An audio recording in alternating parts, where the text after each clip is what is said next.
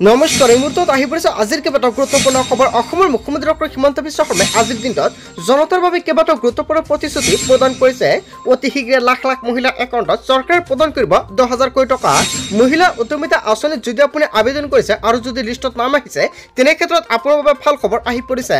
লগতে লাখ লাখ অৰুণোদয় হিতাধিকাৰীৰ একাউণ্টত চৰকাৰে প্ৰদান কৰিব 1250 টকাকৈ অৰুণোদয় 2.0 অৰুণোদয় 3.0 টকা সোমাব আপোনাৰ একাউণ্টতে। কেৱল এয়াই নহয়, ৰেচন কাৰ্ডৰ লাখ হিতাধিকাৰীৰ বাবে এটা ভাল খবৰ। ৰেচন কাৰ্ড থাকিলে জনতাই পাব প্ৰত্যেক মাহতে 1,000 কোটি টকা। যদি আপোনাৰ ৰেচন কাৰ্ড নাই আপুনি নতুনকৈ কৰিব পাৰিব আবেদন। মুখ্যমন্ত্ৰী ডক্টৰ হিমন্ত বিশ্ব শৰ্মাই বৃহৎ প্ৰতিশ্ৰুতি প্ৰদান কৰিছে। লগতে কেইবাটাও ৰাজনৈতিক খবৰৰ লগতে অৰাজনৈতিক খবৰ যুগুত কৰা হৈছে আজিৰ দিনটোত।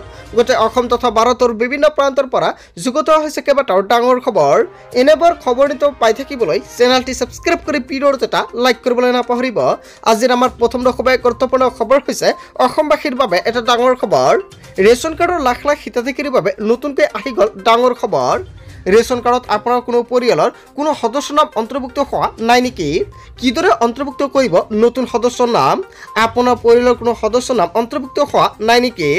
পৰিয়ালৰ প্ৰতিগৰাকী সদস্যই লাভ কৰিব বিনামূলীয়াকৈ ৰেচন। নাম নথকা সদস্যৰ নাম অন্তৰ্ভুক্ত কৰিব পাৰিব ৰেচন কাৰ্ডত। ৰেচনৰ দোকানীৰ সৈতে ইয়াৰ বাবে প্ৰথমতে যোগাযোগ কৰিব লাগিব আপুনি। নতুন সদস্যৰ সকলো তথ্য পাতি যোগান ধৰিব লাগিব বিভাগীয় কৰ্তৃপক্ষক। নতুন সদস্যৰ বাবে Aadhaar card, PAN card, voter card থকাটো বাধ্যতামূলক। অনলাইন যোগে কৰিব পাৰিব আপুনি আবেদন। নতুন সদস্যৰ সকলো তথ্য গাঁও পঞ্চায়তৰ জৰিয়তে প্ৰত্যাশিত হোৱাৰ পিছতে অন্তৰ্ভুক্ত হ'ব আপোনাৰ নাম। KYC কৰাৰ সময়তো কৰিব পাৰিব এই কাম। যদি কোনো লোকৰ মৃত্যু হৈছে তেনেহ'লে কৰ্তন কৰিব পাৰিব ৰেচন কাৰ্ডৰ পৰা আপোনাৰ নাম। নতুন সদস্য অন্তৰ্ভুক্তি আৰু কৰ্তনৰ কামো কৰিব পাৰিব। ৰেচন কাৰ্ড নথকা সকলে নতুনকৈ কৰিব পাৰিব আবেদন। 14 জুলাই আবেদনৰ শেষ সময়সীমা বান্ধি দিয়া হৈছে। আবেদন প্ৰক্ৰিয়া সম্পূৰ্ণ হোৱাৰ পিছতে নতুন সদস্যই লাভ কৰিব 5 কিলোকৈ চাউল। ৰেচন কাৰ্ড নথকা প্ৰতিজন ব্যক্তিয়ে নতুনকৈ কৰক আবেদন। আৰু যদি আপোনাৰ ৰেচন কাৰ্ড আছে অক্টোবৰৰ পৰা আপুনি দাইল, নিমখ আৰু চেনিও লাভ কৰিব। ৰেচন কাৰ্ড থকা প্ৰতিজন ব্যক্তিৰ বাবে ভাল খবৰ। ৰেচন কাৰ্ড থাকিলে আপুনি অৰুণোদয় আঁচনি লাভ কৰিব। ৰেচন কাৰ্ড থাকিলে আৰু আপুনি বহুতো সুবিধা লাভ কৰিব পাৰিব। আৰু আপুনি অতি শীঘ্ৰে ৰেচন কাৰ্ডৰ বাবে আবেদন কৰক। তাৰ পিছত অসমবাসী ৰাজুক জনাইছো আমাৰ পৰৱৰ্তী খুবেই গুৰুত্বপূৰ্ণ খবৰ। লগতে ডাঙৰ খবৰ, জীৱন সকলোকে মাটি এৰি নিদিওঁ বুলি মন্তব্য কৰিছে বা হুংকাৰ প্ৰদান কৰিছে মুছলমানসকলে। বুলডোজাৰ চলালে ভয়ংকৰ পৰিণত হ'ব। চৰকাৰক 1 ইঞ্চি মাটি দিয়া নহ'ব। এই ভুলকাৰক প্ৰত্যেক সম্পত্তি নহয় বুলি মন্তব্য কৰিছে। এই ভূমিকাৰক প্ৰত্যেক সম্পত্তি নহয়। পট্টাৰ মাটি কোনো কাৰণতে এৰি দিয়া নহ'ব। এই মাটি আমাৰ দেউতাৰ মাটি। ধুবুৰীত হাজাৰ হাজাৰ মুছলমানৰ গৰ্জন। উচ্ছেদৰ বিৰুদ্ধে ধুবুৰীত শ মুছলমানৰ বিশাল ৰাজমহল। আলমগঞ্জ আৰু ৰঙামাটি উচ্ছেদ কৰিলে ব্যাপক গণ আন্দোলন হ'ব বুলি হুংকাৰ প্ৰদান কৰিছে মুছলমানসকলে।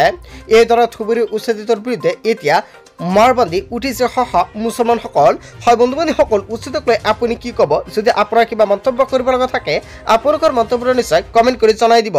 তাৰ পিছত অসমবাসী ৰাজুক জনাইছো আমাৰ পৰৱৰ্তী খুবেই গুৰুত্বপূৰ্ণ খবৰ। লগতে ডাঙৰ খবৰ, কেন্দ্ৰীয় চৰকাৰৰ কৰ্মচাৰীসকলৰ বাবে ভাল খবৰ। মোদী চৰকাৰে চৰকাৰী কৰ্মচাৰীক দিব ডাঙৰ উপহাৰ। বৃদ্ধি পাব পাৰে কেন্দ্ৰীয় চৰকাৰৰ কৰ্মচাৰীৰ মৰগীয়া বানাছ। কেন্দ্ৰীয় চৰকাৰৰ কৰ্মচাৰী DA 4% বৃদ্ধিৰ সম্ভাৱনা। 55ৰ পৰা 59%লৈকে বাঢ়িব পাৰে মৰগীয়া বানাছ। এই সন্দৰ্ভত এতিয়াও হোৱা নাই কোনো ধৰণৰ আনুষ্ঠানিক ঘোষণা। কেন্দ্ৰীয় চৰকাৰে কৰ্মচাৰীসকলৰ বাবে ডাঙৰ খবৰ প্ৰকাশ কৰিছে। তাৰ পিছত অসমবাসী ৰাজুক জনাইছো আমাৰ পৰৱৰ্তী খুবেই গুৰুত্বপূৰ্ণ খবৰ। লগতে ডাঙৰ খবৰ, ৰাজ্যত প্ৰচণ্ড ধুমুহা বৰষুণৰ লগতে বজ্ৰপাতৰ আগজননী জাৰি কৰা হৈছে। আৰু আজিৰ দিনটোত আপোনাৰ জিলাত বৰষুণ দিছে নে নাই নিশ্চয় কমেণ্ট কৰি জনাই দিব। আৰু জিলাভিত্তিক চৰকাৰী তালিকা ঘোষণা কৰা হৈছে। আগন্তুক 3 ঘণ্টাত 80 কিলোমিটাৰ বেগত আহিব পাৰে ধুমুহা। আৰু IMDৰ তৰফৰ পৰা জাৰি কৰা হৈছে এলাৰ্ট। বতৰ বিজ্ঞান কেন্দ্ৰৰ ফালৰ পৰা কোনকেইখন জিলাত জাৰি কৰা হৈছে এলাৰ্ট সম্পূৰ্ণকৈ জানি লওক। ভোজপুৰী জুৰিয়াত হাহাকাৰ অৱস্থাৰ সৃষ্টি হৈছে। কেইবাখনো জিলাত জাৰি কৰা হৈছে এলাৰ্ট। অন্ধকাৰ চন্দ্ৰ মহানগৰীৰ আকাশ। 1 পৰা 3 ঘণ্টাৰ ভিতৰত বৃদ্ধি পাব বৰষুণৰ মাত্ৰা। কোকৰাঝাৰ, বঙাইগাঁও, চিৰাং, কেৱল এয়াই নহয় বৰপেটা, কামৰূপ গ্ৰাম্য, কামৰূপ মেট্ৰ, মৰিগাঁও, নগাঁও, তামিলপুৰ, বজালীত জাৰি কৰা হৈছে এলাৰ্ট। ৰাজ্যত প্ৰচণ্ড ধুমুহা, বৰষুণৰ লগতে বজ্ৰপাত। আগন্তুক 3 ঘণ্টা 80 কিলোমিটাৰ বেগত আহিব পাৰে ধুমুহা। বৰ্তমান আপোনাৰ গাঁও বা অঞ্চলত পৰিস্থিতিটো কেনেকুৱা, বৰষুণত নিশ্চয় কমেণ্ট কৰি জনাই দিব। বন্ধু বান্ধৱীসকল, গোটেই অসম তথা ভাৰতৰ বিভিন্ন প্ৰান্তৰ পৰা যুগুত হৈছে কেইবাটাও ডাঙৰ খবৰ। এনেবোৰ খবৰ নিতৌ পাই থাকিবলৈ চেনেলটি ছাবস্ক্ৰাইব কৰি ভিডিঅ'টো এটা লাইক কৰিবলৈ নাপাহৰিব। চ' থেংক ইউ ফৰ ৱাচিং ফুল ভিডিঅ'।